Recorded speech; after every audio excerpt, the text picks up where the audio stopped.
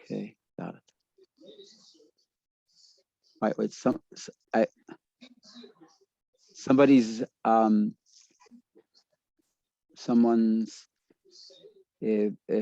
loudspeaker is open. Someone's. We can hear somebody talking in the background. Wait, but everybody's thing is closed. Mrs. Dominitz? All right, stop. Yep. Oh, no, I could hear somebody speaking in the background. Okay, no problem. Beseder Gemor. All right, welcome. Sunny, welcome. Ron, welcome. Okay, this is very special material. Baruch Hashem, revelations, literally revelations, Mitzvah Hashem. I don't have so many stories. Next week is going to be, the next 2 weeks are going to be very special meetings. Also, next week we're going to speaking about Yud Shvat, the 10th day of Shvat, which is the day that the previous Lubavitcher Rebbe, his name was Yosef Yitzchak, was nostalgic, his soul went to heaven. And when the Lubavitcher Rebbe, Menachem Mendel, took over the leadership, and there's amazing stories about Yud Shvat. The week after is actually Tu B'Shvat. Sunday night is Tu B'Shvat, the 15th day of Shvat. As is tonight, is the first day of the month of Shvat. What's the importance of the month of Shvat? We're going to speak about it in a second, but next week we're going to be dealing with Yud Shvat. Also, in the week after, we're going to be dealing with Tu B'Shvat. I haven't decided exactly, welcome Lauren, what we're going to do, but it will be a special shir. I think that we're going to probably do an abbreviated Tu B'Shvat Seder. Tu B'Shvat Seder, there's a special custom of the Kabbalists to make a special Tu B'Shvat Seder, which is to draw down all the spiritual power of fruit into the world. There's different levels of fruit according to Kabbalah. I don't want to give away the secrets now, but it's very, very a special event, and we're going to do we'll do a Seder on the shir. And for the people who are in Eretz Yisrael, it can be a Seder for them. For people outside of Eretz Yisrael, it will be a preparation for the Seder that they will invite all of their friends to. As I've said many times before, each person here is a special agent to take the teachings that we learn in the shir and to spread it to other people in other places, the places where I cannot reach. It's your mission to go there, places where Rabbi Leiter cannot go. Okay, so now we're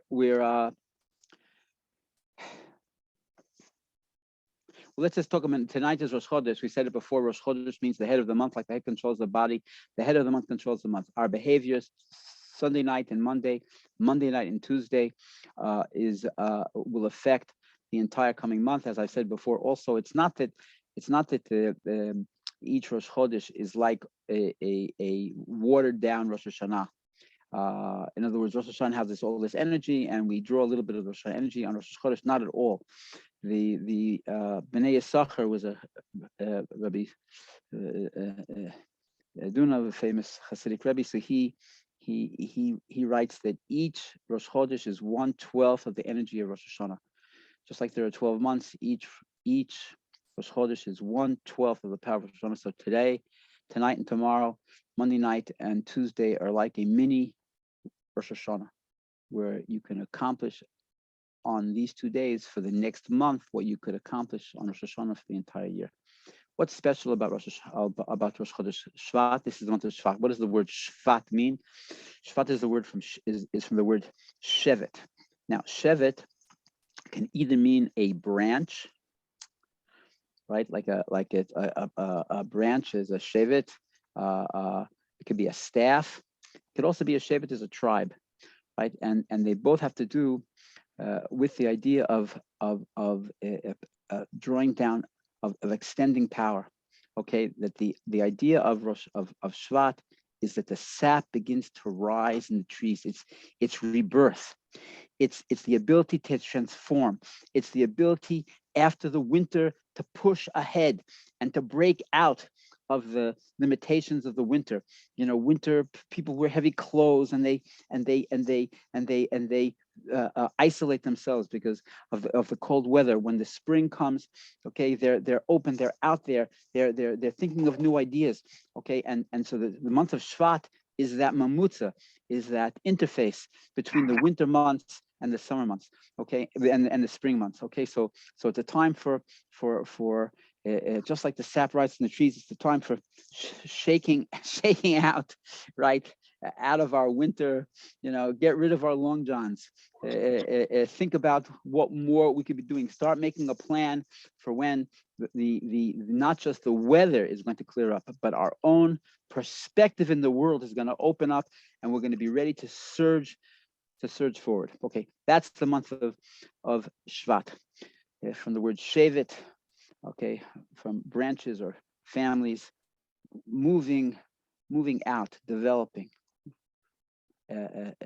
bringing into revelation. And that's really what we're going to be speaking about in the class today also. Okay, can we see the text? Mrs. Dominitz. At the right time. I should know how to do it already. Mrs. Dominitz?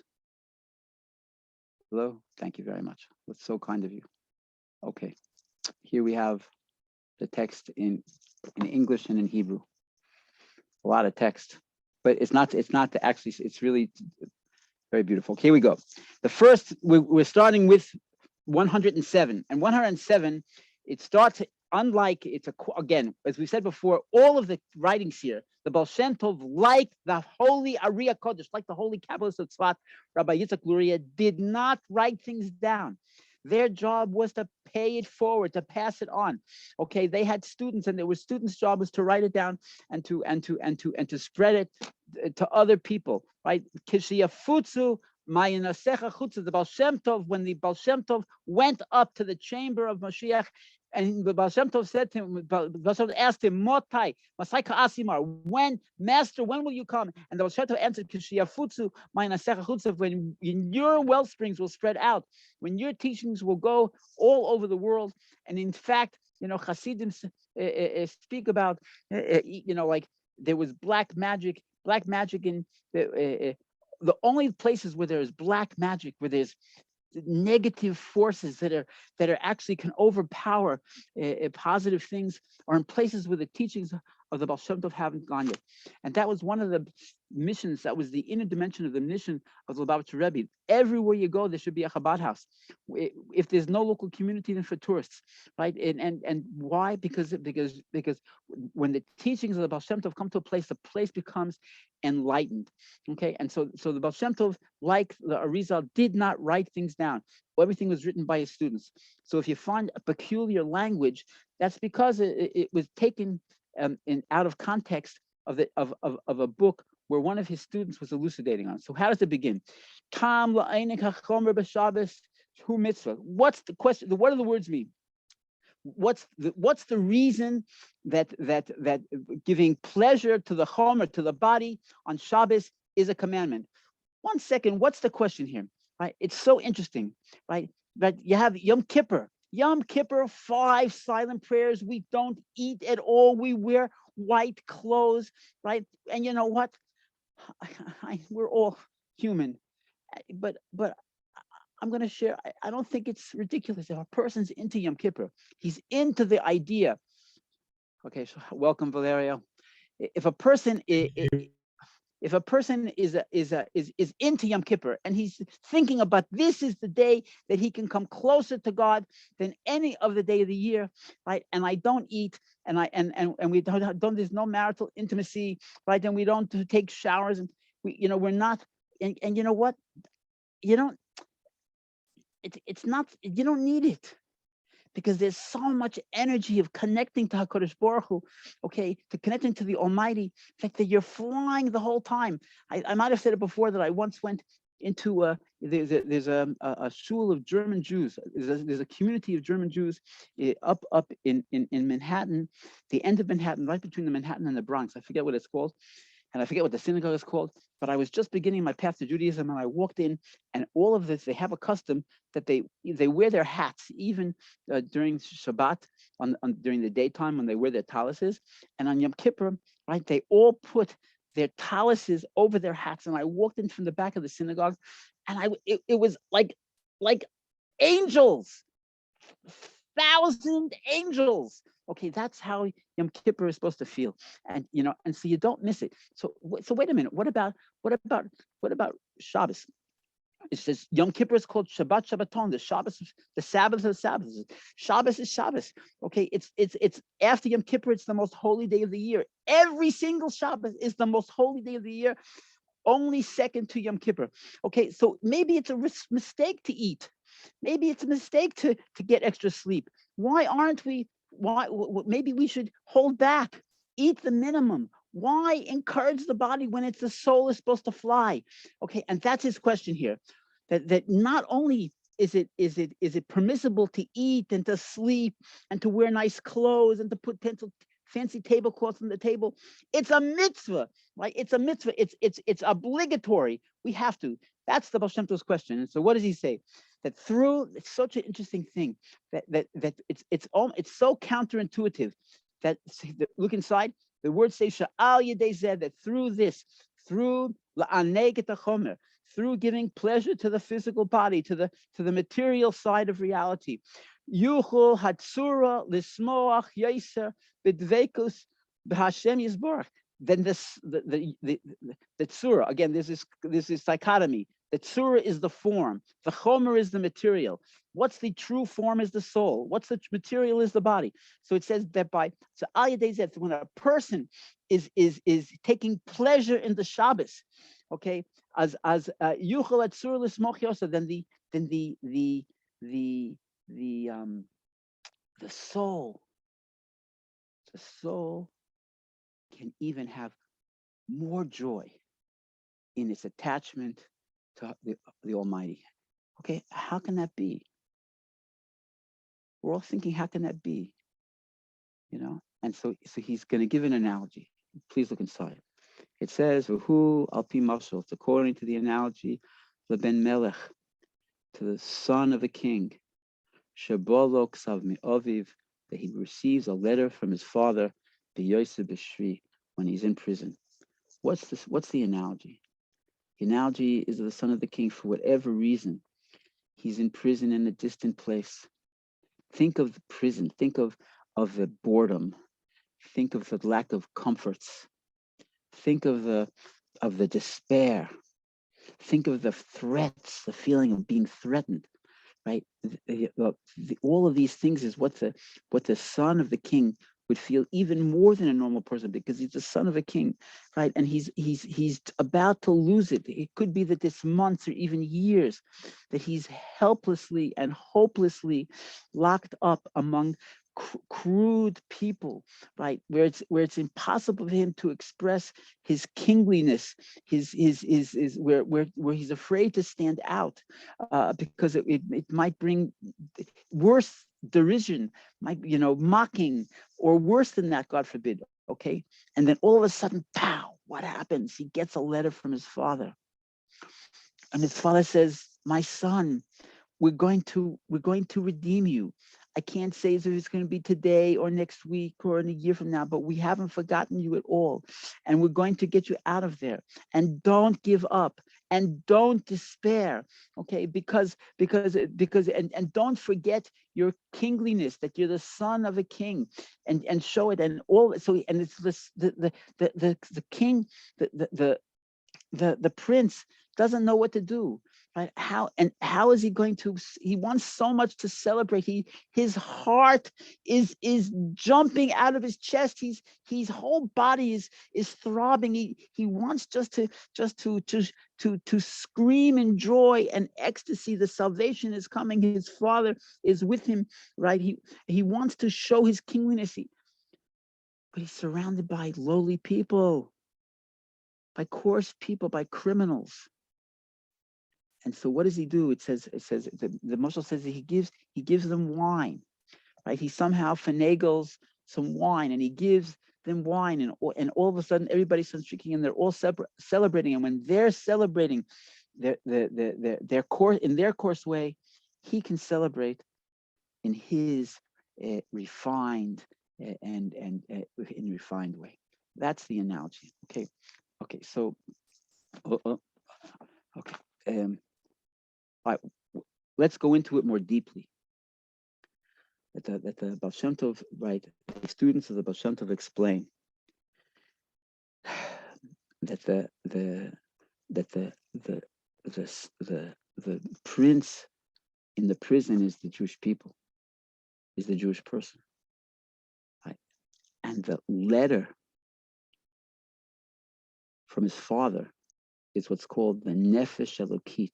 The Nefesh, Nefesh Elokit. I'm sorry. Everybody has a Nefesh Elokit. The letter that he gets from his father is, just a second, let me just, you know what? Teach a shir on Zoom and your mind goes blank. 1 second. Right.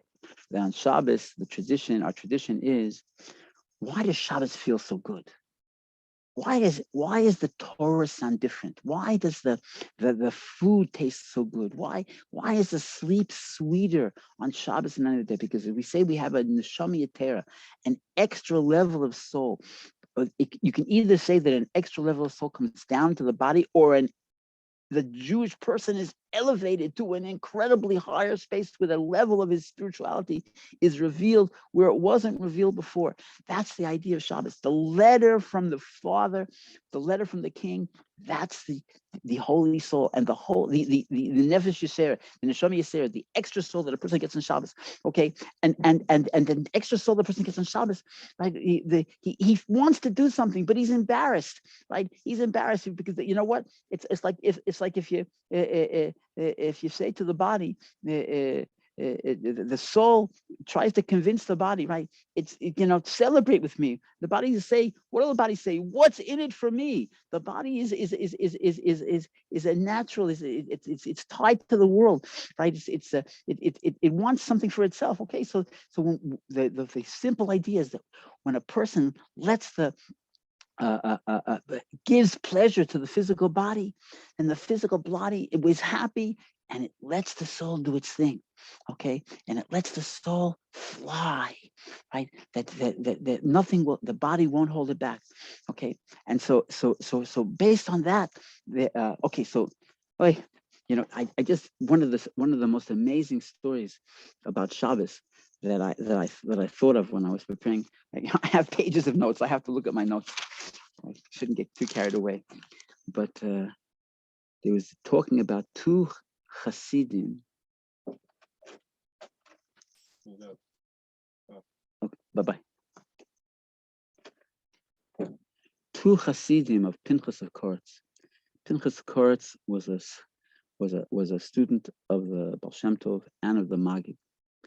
Okay, and the two students made a pact that when whoever passes away first, when they get to heaven, they're going to come back and to tell the other person what it's like.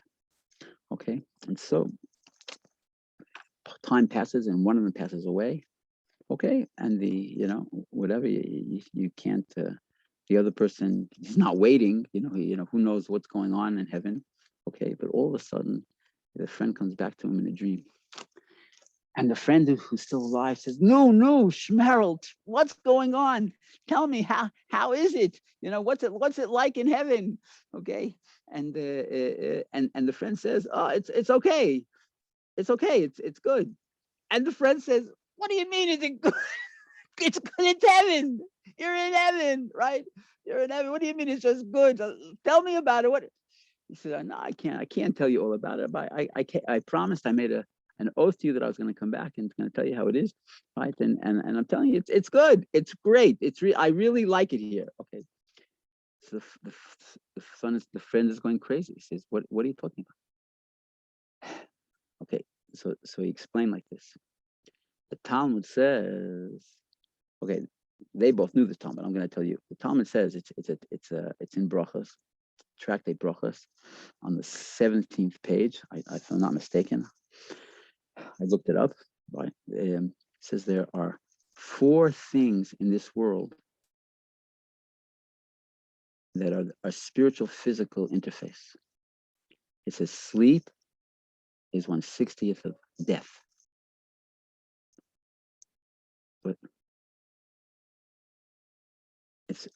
sleep is 1/60th of death, and dreaming is 1/60th of prophecy. And poppy seeds and honey is 1/60th of what the man tasted like. And fire in this world is 1/60th of the heat of the fire in Gehenna, in purgatory. And Shabbos is 1/60th of the world to come. Okay, right. Okay, and so the friend in heaven says, I'm going to tell you the truth. We would spend every single Shabbos by our Rebbe, of Rabbi Pinchas of Koretz, right? And the Giluyim, the revelations that we experienced in his Shabbos in this world, in other words, my experience of 1/60th of my Rebbe's Shabbos, that was that was more powerful than the whole 100%, right, of my Shabbos in the world to come. Okay, why did I tell that story? That's such a crazy story. Okay, but I think that story has nothing to do with what we're teaching now. Okay, but I think the story has to say that a person's world to come can be now. Okay, this world is a world where each person was given a mission, and if we run with our mission, if we use our strength to the utmost, if we discover our inner talents, reveal the secrets that we're supposed to reveal, everybody has to try, and you only get a little bit at a time, and you have to push and push and push. Okay, but that value is even more powerful than when a person will get in the world to come, because the world to come is just the reward for what you accomplish, but the power is here in this world. Okay, anyway, so again, what's the analogy? The analogy is that when the prince in the prison gives wine to the other prisoners, and when they dance, that the body is occupied, then the soul can fly. Okay, so by Chassidim they tell a story. They tell a story that the Ba'al Shem Tov was once sitting with his students. Okay, it was on Shabbos, and they all held hands, and the Ba'al Shem Tov said to close your eyes, and they saw a ox, a physical ox, sitting in a chair wearing Shabbos clothes and a strimal, and they were all astounded. What are they looking at? Okay, and so that's so what did the Ba'al Shem Tov say? That there can sometimes be a person where he's it's totally wrapped up in the holiness of Shabbos, and yet he could still be like an ox. He could still be not in the spiritual place at all. He could be in the lowest place, and that's what's that idea? That idea is if a person takes the beauty of Shabbos, the good food and the clothes and the good feeling and the good energy, and a person abuses it and he overdoes it, right? Then he's like an ox in a strimal. A strimal is specifically, I don't know if anybody knows what. Look up strimal on the internet. It's a fur hat. There's different kinds of strimals that Hasidim wear on Shabbos. It was the clothing of Polish noblemen, okay, and that was the clothing that Hasidim at that time took on as their Shabbat clothes. Okay, beautiful fur hat made of sable, a sable is a kind of animal or fox skins. Okay, and a beautiful silk clothing. So here was an ox with a strimal and silk clothing. Okay, that a person, if he goes overboard with his Shabbos pleasures, then he loses that kingship, that kingliness. That he loses that he's the son of the king in prison. Okay, that's this world, right? But when he gets the letter from the king, that's the extra soul, and that reveals the power of the son of the king. Okay, even in prison, that his soul can fly. That's the idea of Shabbos, the extra soul that a person gets on Shabbos. Okay, but a person can abuse it. Okay, right, and so therefore, but so we have to be careful to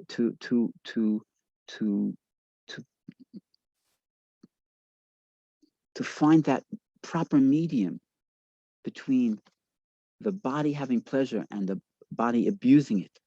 Okay, but Hasidim say something else. They say, if that's the case, then why was the person who looked like an ox wearing the strimal and the Shabbos clothes? Because even if a person overdoes it, he still has what's called the makifim. Makifim are the surrounding energies of Shabbos. They still impact on that person. That's how powerful the Shabbos is.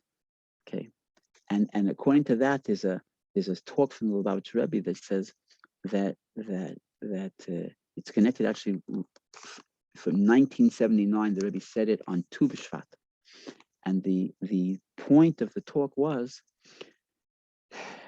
that it's the physical pleasures on Shabbos help us to achieve even a higher level of spiritual pleasure. It's not only that it allows the soul, with the body occupied, the soul is allowed to fly. It's not only that, it's the pleasure of the body, okay, actually it lets the soul go to even a higher level. Okay, that's the teaching. Okay, does anybody have any questions? Oy, I got carried away. No. Ron, not one question? What's the Rashi Tevot? Aleph, Oh. Ayin Pei Yod. Oh. Before the word mashal. 1 second. Before the word mushal. Al-P. Who Al-P? Al-P mushal. Oh, I thought that would just be an Ayin Pei. Okay. Yeah, I think that maybe made a mistake maybe. I don't type it up. I only No, read. I'm looking in the Sefer, in the actual Sefer. Oh, yeah. In the Sefer that I have, it just says Al-P. Okay, no questions. Right. We're gonna say. And is there a source? Is like what it says in this version? There's like some also Rashi Tevot in parentheses. Is that telling a source for that mashal? But it's in Toldos Yaakov Yosef. That's where it's brought. Thank you. Okay. Beseda. I looked it up. That's where it is. All right. 1 second. 1 second.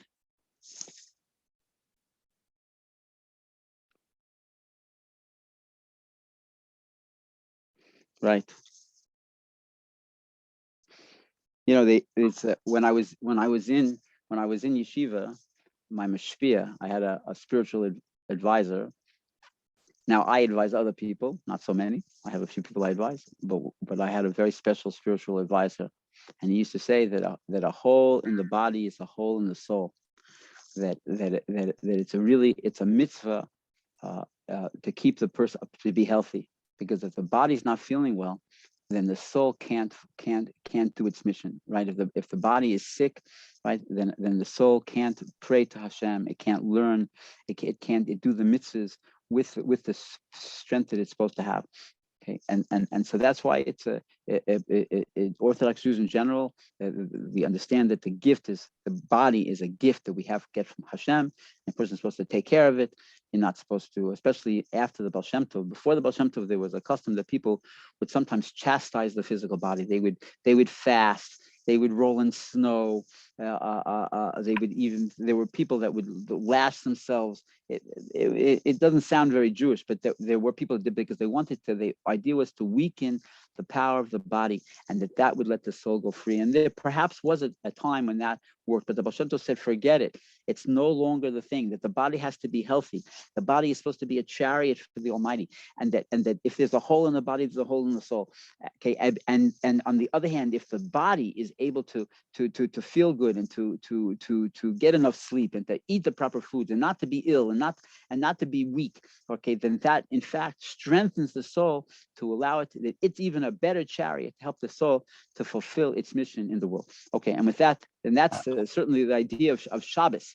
That Shabbos is that day when I hear you on 1 second, that each person's no matter how much of a travail during the week, right? Every day, if person has to work and struggle, and there's the darkness, okay, and doubt and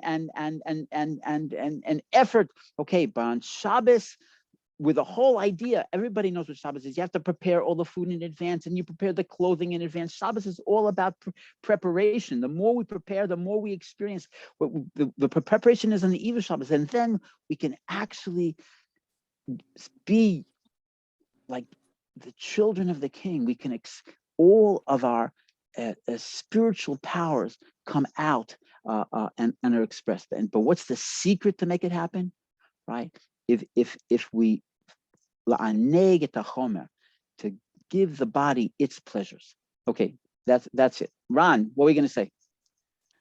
Well, you brought up a point that I always have found sort of paradoxical, that we say how important it is that we stay healthy, because it's, we can't be effective in life if we're not healthy.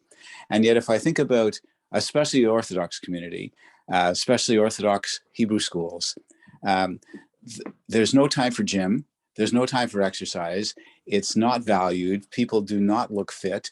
I don't, so I don't see the medium and the message being lived, at any place. If, these are people who tend to have a little pot belly. They tend to be, I haven't heard of a Chassidic basketball team. I mean, as a common thing. Of course, there's exceptions, but I mean that we're going to the entire Lubavitch community is going to enter into a marathon, because it's so important that their bodies are healthy. I don't see that kind of emphasis. I see the opposite. There isn't time in a day of school to fit in even a gym class. I hear you, and it is you. I think you came across a situation where there is an interesting dichotomy. Okay, I'm more familiar than you are. Where do you find, for instance, an emphasis on health is what people eat. The idea of healthy food. I think we might have mentioned it before, but I'm going to say it again. There's an idea of eskafi and eshafcha, right? We actually spoke about it last week. Eskafi is pushing away the negative. Okay, saying I want to do something that's inappropriate for me. I'm not going to do it. Right? I'm not going to do it. I'm not going to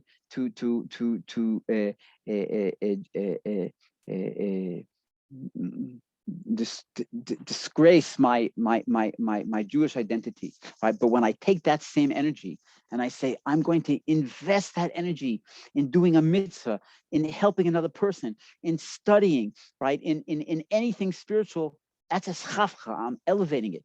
So one of the things it says that they used to talk about for boys in yeshiva was a skafi. A skafi is that you shouldn't worry about what you're eating. And in fact, what some of the kids would do, people until they're 20, 21, 22, if there would be vegetables and meat and they would just push it all into one bowl and mix it up and just eat it because they didn't want to have the pleasure in the food. Okay, the Lubavitcher Rebbe said, I was there to Farbrengen when he said, the eskafia today, the way of dealing with the physical, with food, is not by mushing it all around. It's by eating healthy. So you do find that eating healthy is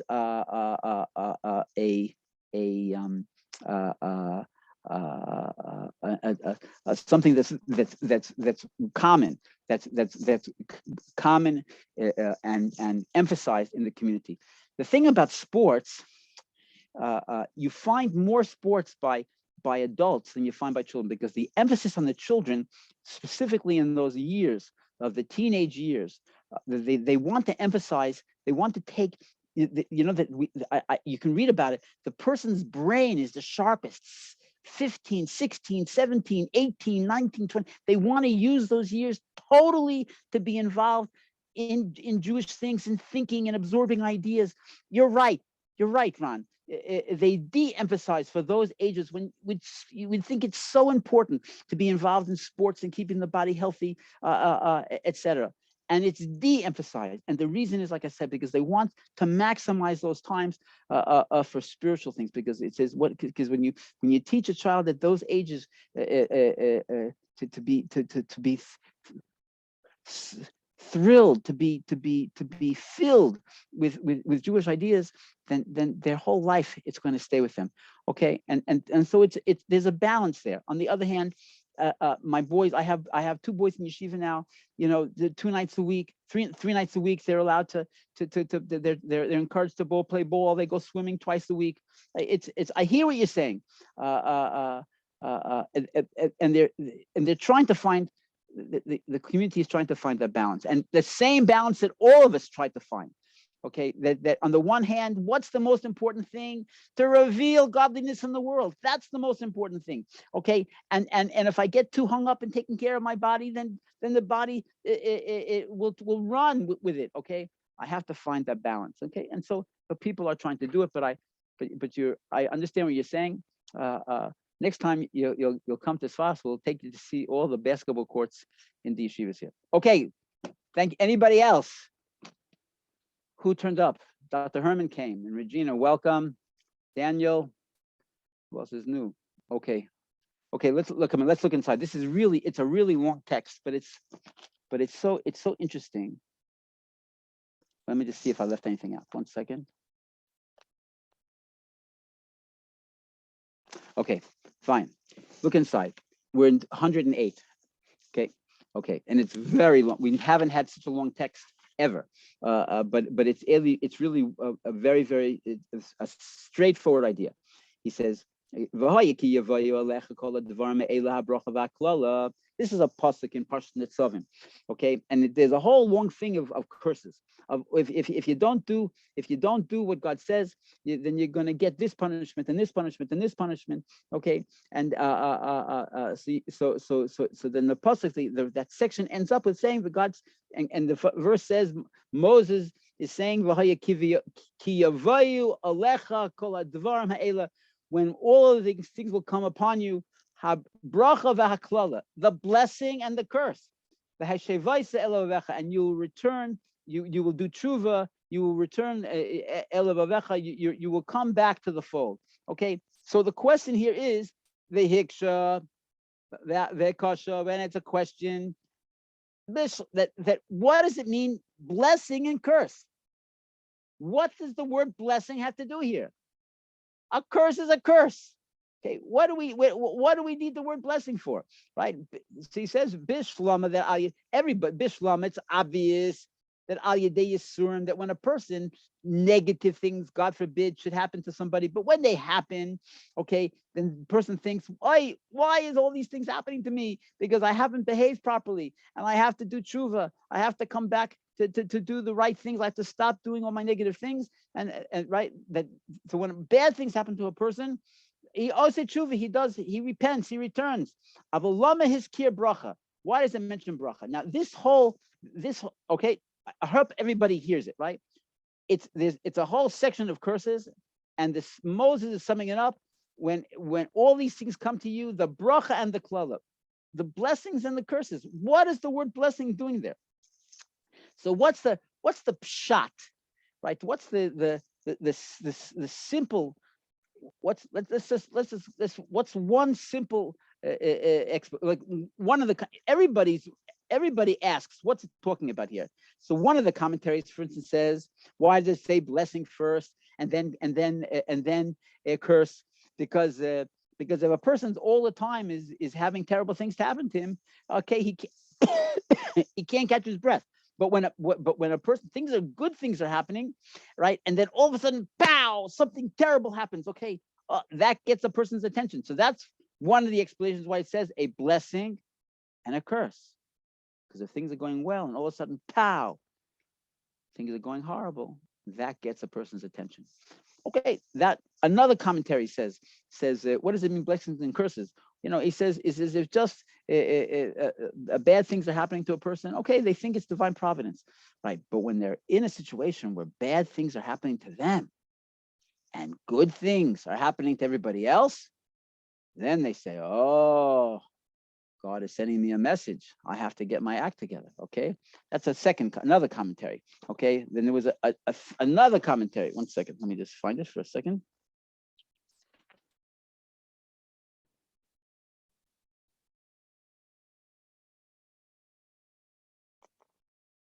You know what? Okay, so all of the commentaries, right, don't understand what it's talking.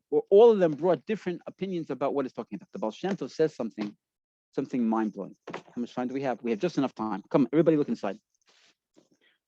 It says, so again, the question is here, why does it say a blessing and a curse? Why a blessing and a curse? It should be just a curse. What's this idea of blessing and a curse? Who perish the Ba'al Shem Tov? Okay, the Ba'al Shem Tov explains it like this. and he takes another verse. This is a verse from Psalms. It's the 94th Psalm. Yeah, the 94th Psalm, the very opening verse. And what does it say? Kel nekamot havaya, kel nekamot hafia. Kel nekamot. The word Aleph Lamed is the name for God. Nekamot means revenge. That God, you are, and Yud and Hey and Vav and Hey, the Hey is also a name of God. God, you are a God of revenge. God of revenge, Hophia. God of revenge, reveal yourself. Okay, what is this revenge business? Okay, who's God?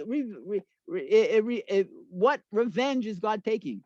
Okay, and let him take it on other people. We only want blessings. What is this? Why is King David saying, a God of revenge, reveal yourself? Okay, so the simple pshat over there is he's talking about of our enemies.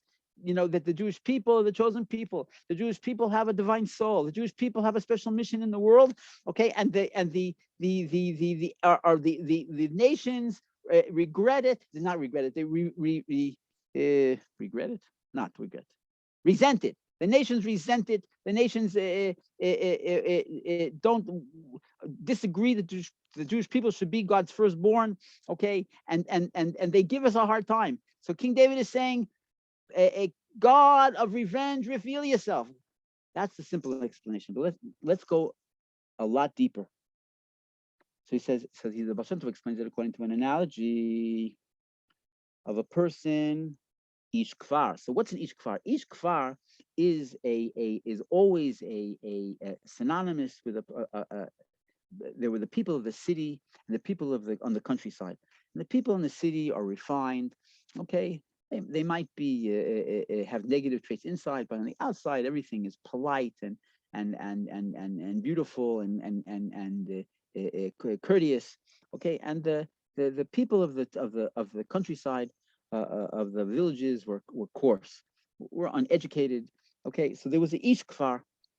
There was a person from the villages, asher shemar b'melech, and he rebelled against the king. Shehika v'ragam ikoinen shel melech. He hit it. He kicked and he threw rocks at a picture of the king or a statue with some kind of an image. And ikunin is an image of the king. Okay, or in other ways he showed his disrespect. He voted with his with his feet. He showed his disrespect for the king. Right? Umiyad. So what happened? So what happened? What do you think happened? The king threw him in prison. The king killed him. Death sentence for this person that rebelled against the king? No. It said, what did the king do? Umiyadan, immediately the king took this person and he made him into a reish, a head, a person in charge of things. The helehu, and he raised him from higher level to higher level, until he became a literally a second to the king, a viceroy. Okay, the kol masha heitiva melech imo yoser, and all that the king did for him more and more. They viewed yoser madrega and brought him to an even a higher level. Then the closer he got to the king, the village person saw, right, that the kvoid of the melech, the honor of the king, umishorsav, and of all of his servants, the hanhagaisav, and all of his kingly characteristics. Hanhagosav is how his behavior, his kingly behavior, right? And it ate the guy up alive. It so made him uncomfortable, even more because from where he came from and how much he was elevated. When he remembered that he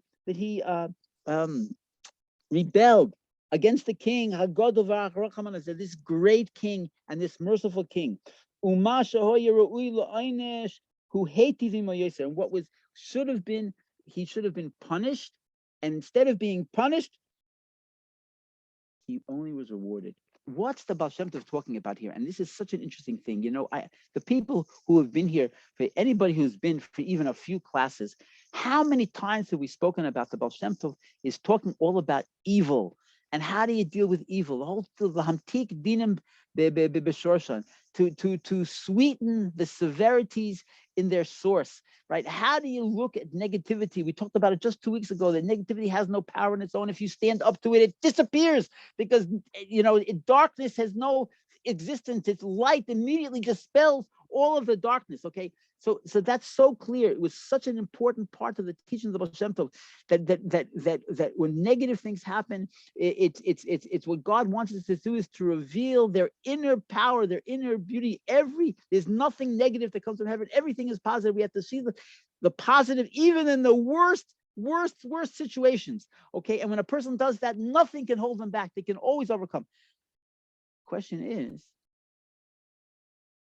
what happens when a person who knows who they really are, they know that they're not complete, they know that they sinned, they know that they've done terrible things, whether now or before, they know what they're capable of, and yet how do we deal with when God gives us good?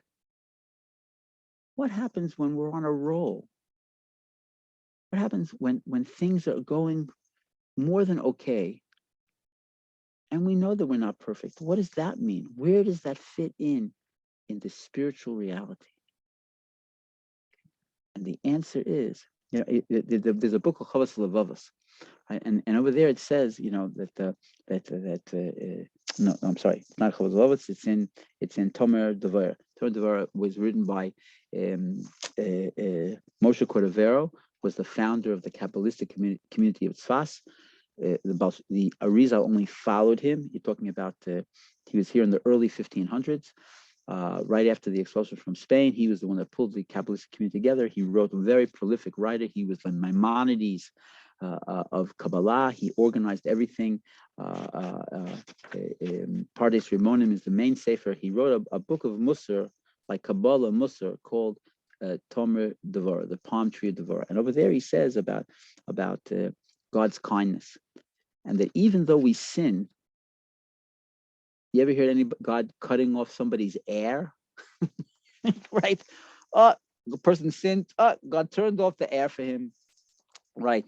Or the person stopped eating, or all of a sudden, God forbid, we should never know from it, but the body stopped working, whatever. You find it says when Pharaoh kidnapped Sarah, Imenu, what happened? God stopped all of the bodies of all the people in Pharaoh's palace from working. Nobody could go to the toilet, nobody could eat, nothing worked. Okay, so there is a certain consciousness of the miracle of the human body. But does God take advantage of it when a person sins? Does he cut off our air? Does he cut off our food? Does he cut off our water? No. Okay. What about the other extreme? A person, things are going well. Things are going well, and I know that I'm not perfect.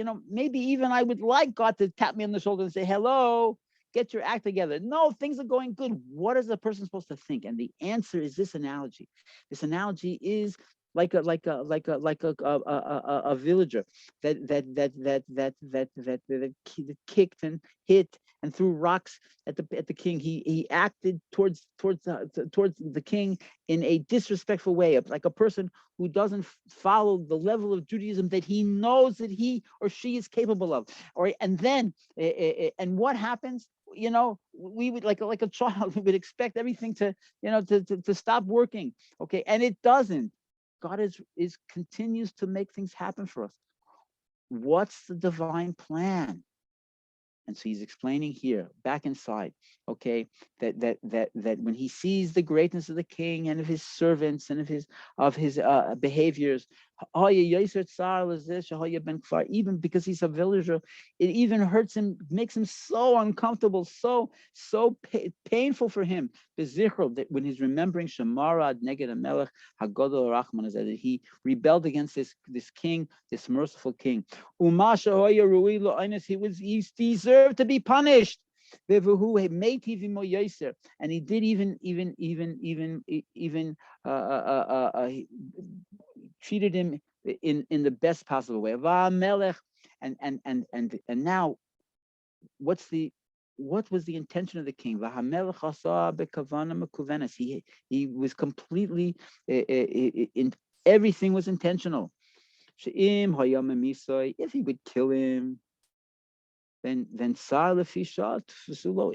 person would feel pain for a very short time, and that's it. Okay, Masha Ein came. What's not the case? But what's not the case in this situation, where he rewards the person who did the king evil. Okay, mitzvah kol yamav, the person will be in pain all of his days. Umosif tamid, and adding more and more. The higher he goes in the hierarchy, of the palace, moisif yosetzar, the more discomfort and pain, al tsar, on his old pain. Ech mil ulibo, how could possibly be that his heart, it took his heart was filled, meaning his heart took control of him. Lemrod ene, to rebel to the eyes, the honorable eyes, the eyes of the holy king. Okay, and there, okay, so I was just like, you guys are stuck with me. Okay, I'm such a so much a person who has so much, I think we're all the same. A lot of potential that needs to be revealed. Each of us, I know everybody here a little bit. Right? I know everybody here a little bit. All of us has such potential that we have to reveal. Okay, and God is waiting for us to reveal it. Okay, and you think he would nazifa, he would give us a heart, he would, what's the matter with you? But he doesn't. He keeps helping us. He keeps helping us and bringing us to higher and higher levels. And all he wants us to do is to realize that God runs the world. There are three stories exactly about this. The first story is about, there was a very famous Jewish author called Eliyahu Kitov, and anybody who's journeying into Judaism, he wrote two books that are very, very famous. One is called A Jew and His Home, and the other is called The Book of Our Heritage. The Jew and His Home is about all the commandments having to do with making a Jewish home. And the Book of Our Heritage is about the cycle of the year. They're really basic, 101 books. They're very complete. They're a lot of information there. Nothing you can sit down and read in 5 minutes. But he was a very, very special person. He also wrote a book on Parshios, something about each portion of the week with very, very interesting and unique ideas. That wasn't translated to my knowledge, but the other books, The Jew and His Home and the Book of Our Heritage, are very, very special if you come across them to grab them. Okay, and so it says he had a teenage daughter. She's now a Rebbitzin, married woman. Her father passed away, I don't know, maybe 50 years ago, I think. Quite a while. He wasn't alive when I came to Eretz Yisrael, as far as I know. And he had a teenage daughter. She's still alive, and she's a mother of a big family. And she says she was a teenage girl growing up in Yerushalayim, and she came home. She was supposed to be home at 11, and she came at 12. And she expected she's going to get it from her father now. She's like shaking, right? She's 13 years old, 14 years old. She walks into the house, and her father's still awake, waiting for her.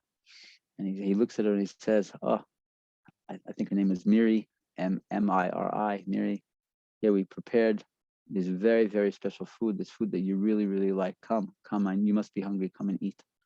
Right? And instead of punishing her, right, her father gave her a beautiful, showed her his love for her. Okay.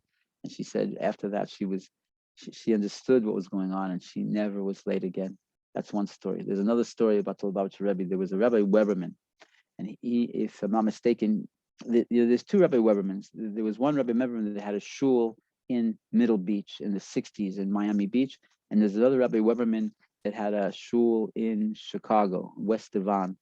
I'm not sure which Rabbi Weberman it was, but it says that Rabbi Weberman once had a member, a person in the community that was just at him at every opportunity. A person never had an opponent like this in his life. Everything he did, this person blocked him. This person used every means at his disposal to make the life of the rabbi uncomfortable and unproductive. Okay, and Rabbi Weberman wrote to the Lubavitcher Rebbe about it a number of times. Okay, and then the Rebbe didn't answer him. And then it came that he was going to open up a shechita project. In other words, it's a big deal when a rabbi. What time is it? Oh my gosh, it's late. I'm sorry. We're going to go faster. When kashrus is a very big deal, and kashrus of meat is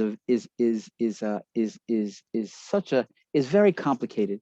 Okay, what makes an animal kosher and what makes it not kosher, what the situation of the lungs are and how to check lungs and how it has to be salted and how the meat has to be carved and slaughtered properly and then checked properly and then salted properly. There's a lot of processes, okay? And so Rabbi Weberman was opening up a mashchita, a slaughterhouse, and he asked the Rebbe for advice of who to choose to be in charge. And the Rebbe told him to choose that person. That person that was his biggest enemy. And Rabbi Weberman said, "What? That's who I should choose to run the mashchita?" And the Rebbe said, "Yes." And Rabbi Weberman was a Chassid, and he followed the Rebbe's instructions. And it turned out that person became the rabbi's biggest. Not only did he do a good job in the slaughterhouse, being careful of all the details, etc., but he became the rabbi's biggest supporter. Okay, sometimes when you go counterintuitive, it changes the whole situation. It's actually a verse in Mishlei. The verse in Mishlei, is in Proverbs. It says, when your enemy is hungry, give him bread. When your enemy is thirsty, give him water. What's it like? It's like putting burning coals on his head. You're getting your double revenge, right? When you're nice to a person that was not nice to you, you're making him feel terrible for all of the negative things he did to you. Okay, that's the story. Let's finish inside quickly. Okay, I'm sorry. We're gonna go a few minutes over, even though I don't like to do it, but we're gonna finish.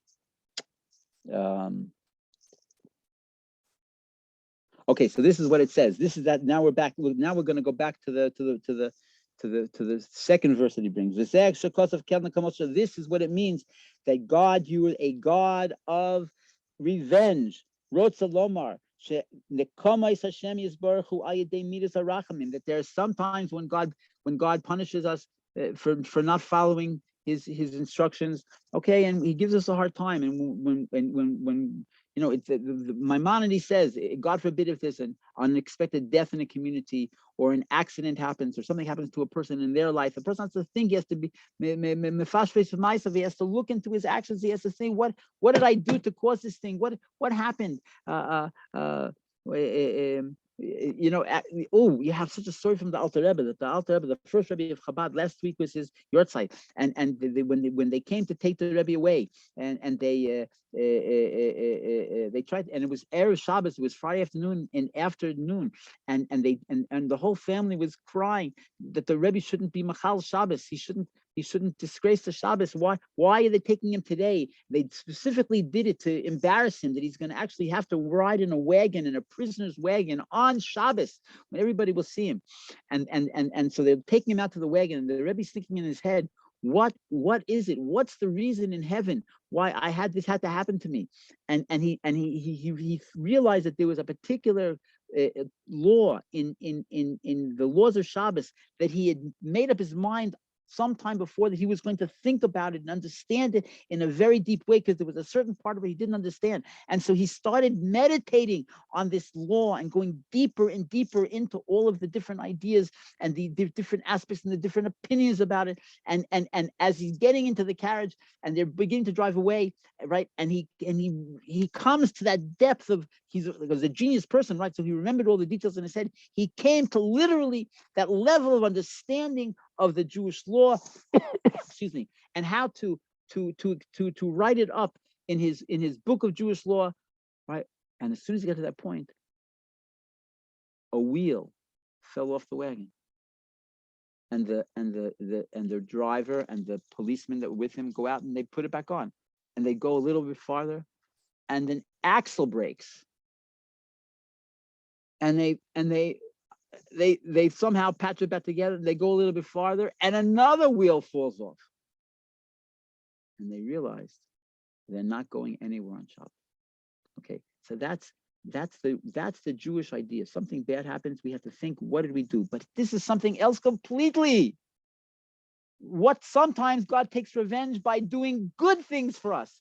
And when we realize how we don't deserve all of these good things, that is supposed to bring us to a level of tshuva even higher. Look inside.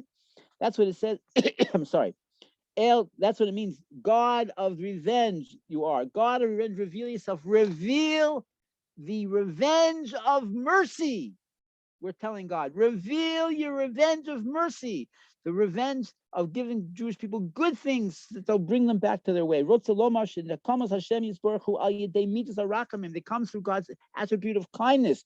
But not like a normal king that when somebody rebels against him, he punishes him, right? Not like a flesh and blood king. That's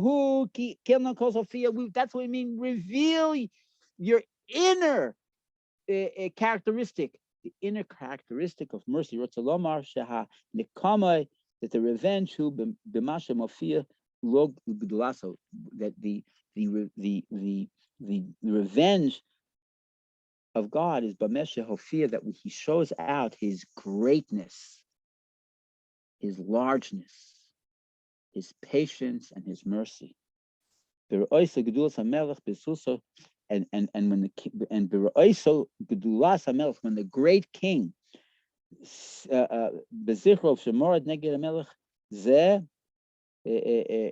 1 second. When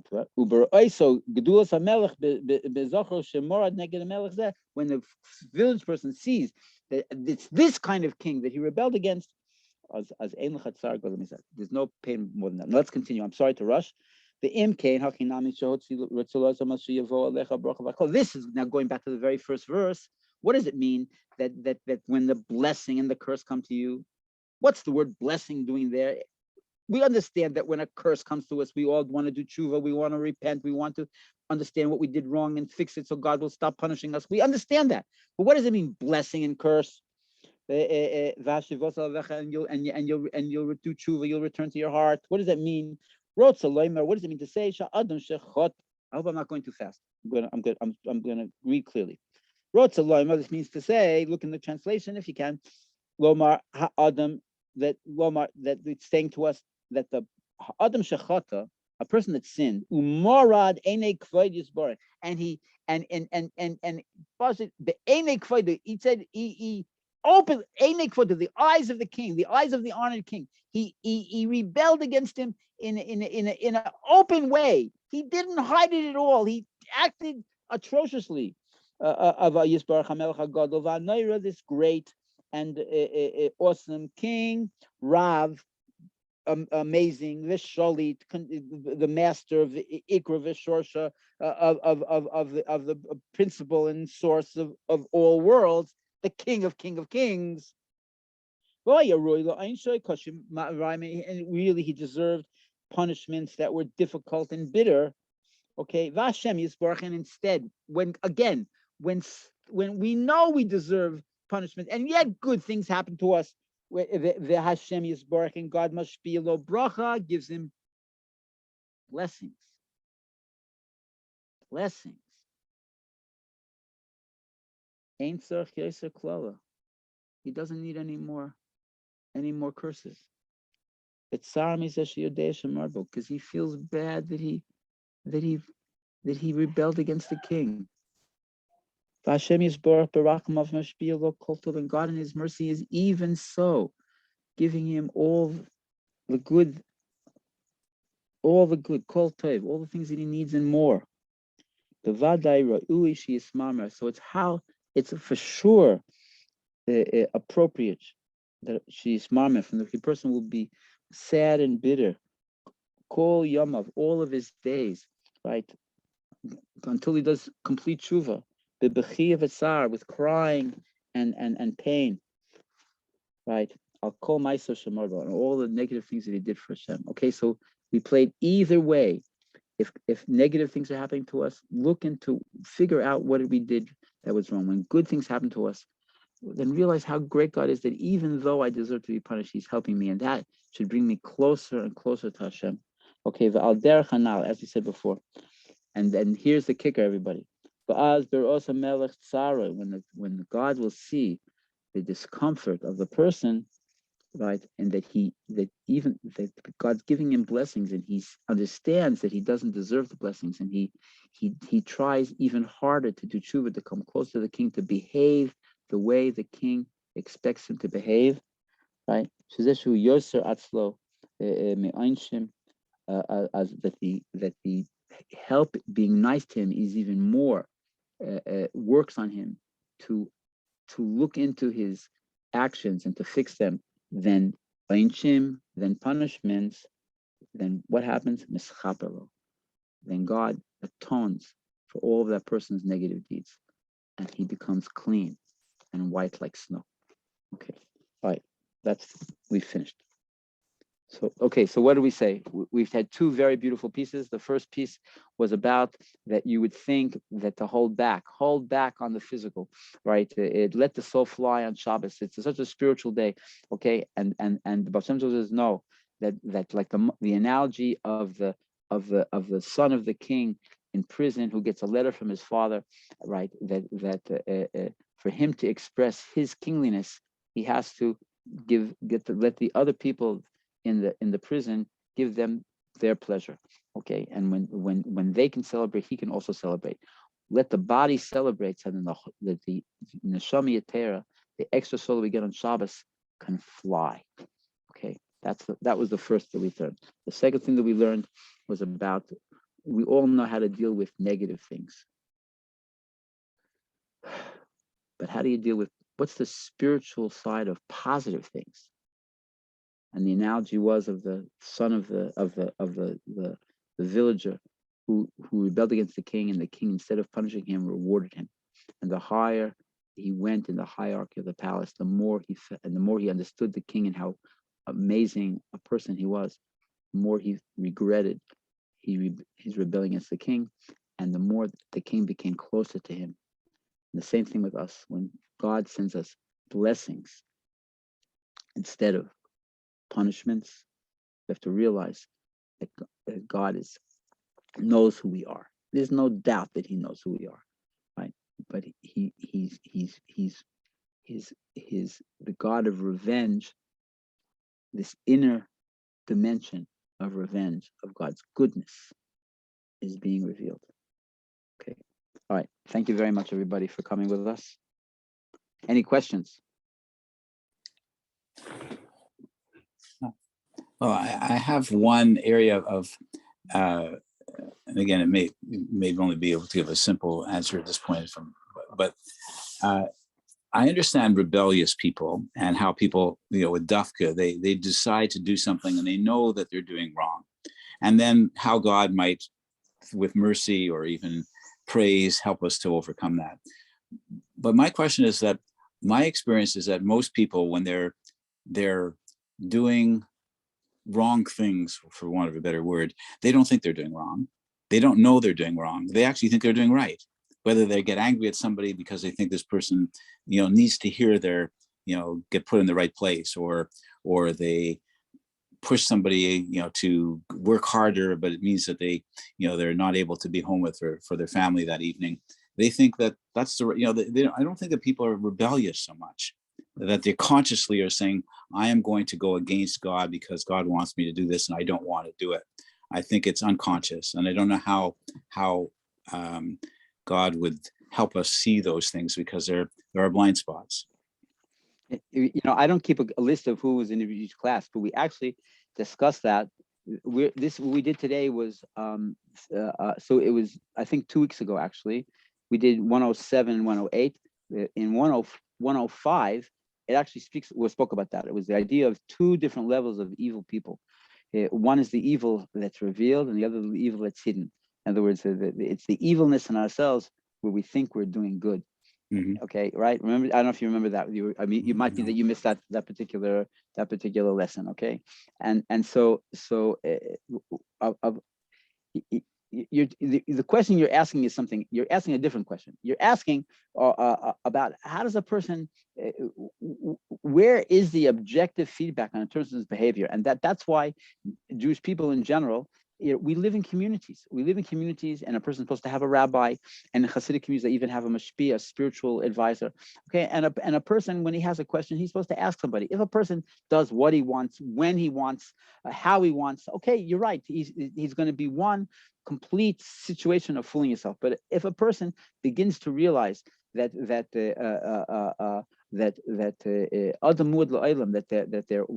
we are. Our evil inclination is out there fighting to take control of the city that's called the body and the soul. Okay, and he begins to ask questions. Is this an appropriate behavior? Is this appropriate behavior? And you have a rav or a spiritual advisor, and you ask them and you examine things. Okay, so then a person, I hear you, but and a person will begin that path of not fooling themselves. In other words, there are some people. Well, one second, my battery's dying. Just 1 second. There are some people. 1 second.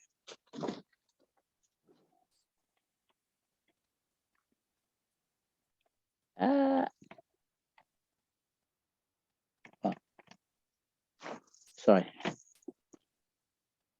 Got it.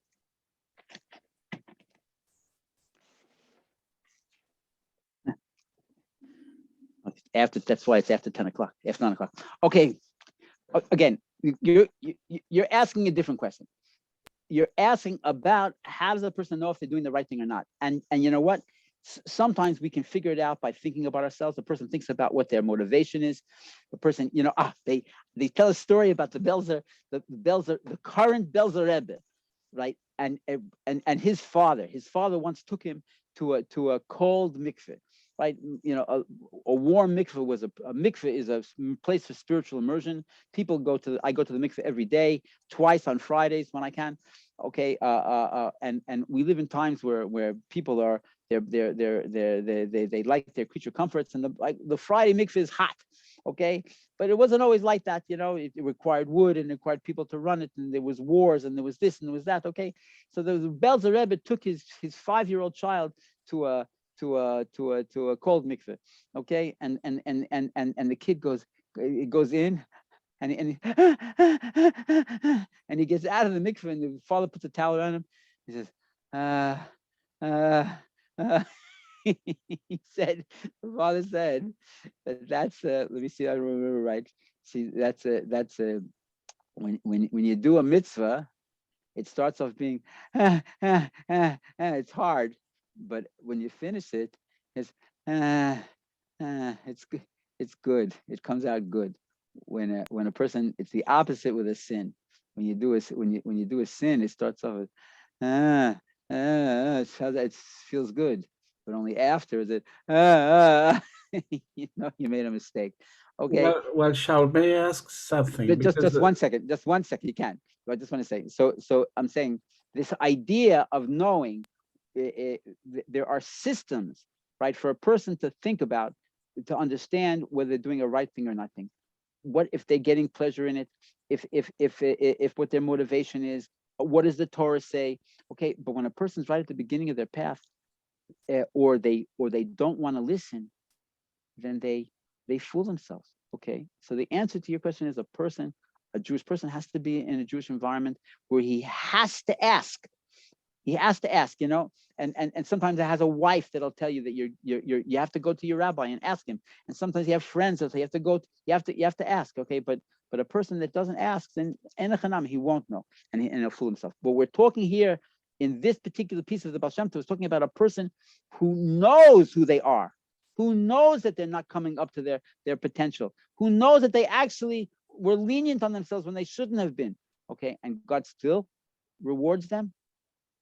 And how you're supposed to, what's the mental transaction in that case is to feel that, wow, even though I'm not acting properly, God is treating me so well, means I have to repair my actions and do what I'm supposed to be doing. I hope I answered you, Ron. Yeah. I hope. Okay. Yeah, thank you. Okay, Valerio, how are you? Shalom.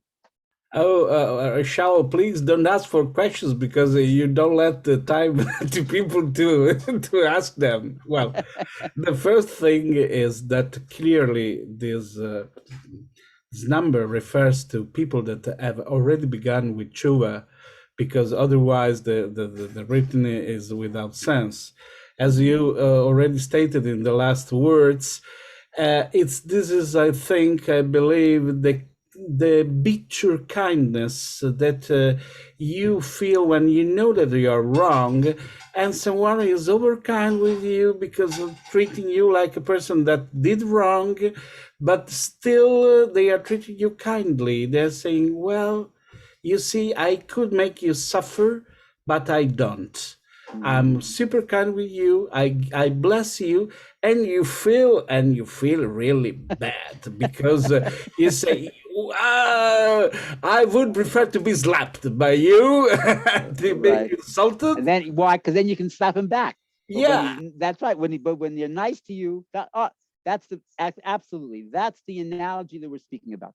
Thank you very much, Valeria. Okay, that's it. And you're right. We have it in everyday life that when a person who is wrong acts politely to us, okay, we feel, well, chas v'shalom, it shouldn't be us, but a person feels the how they injured the person even more, right?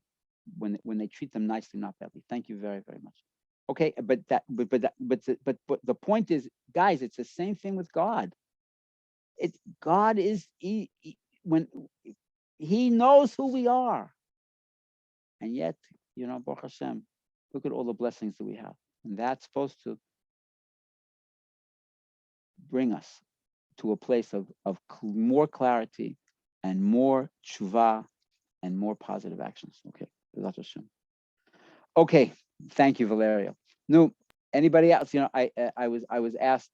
I have to turn off the recording. But let me just turn off the recording first of all, because it's late. 1 second. How do you turn off the recording? Not letting me. Options.